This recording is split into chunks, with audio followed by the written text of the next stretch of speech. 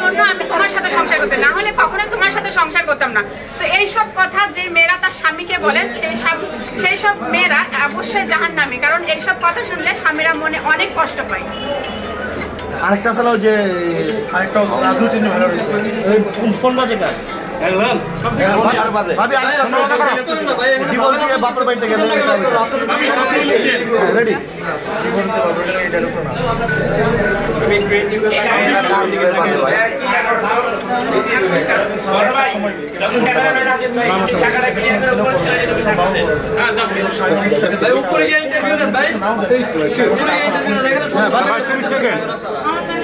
একটা সময় বাবা মাও পার হয়ে যায়, একটা সময় যে আমার পেটের সন্তান সেও কিন্তু পর হয়ে যাবে, কিন্তু স্বামী নামক যে মানুষটা তাকে যদি আপনি জীবনের শুরু থেকে কিছুই না দেন, তারপরও জীবনের শেষ নিঃশ্বাস পর্যন্ত আপনার সাথেই থাকবে।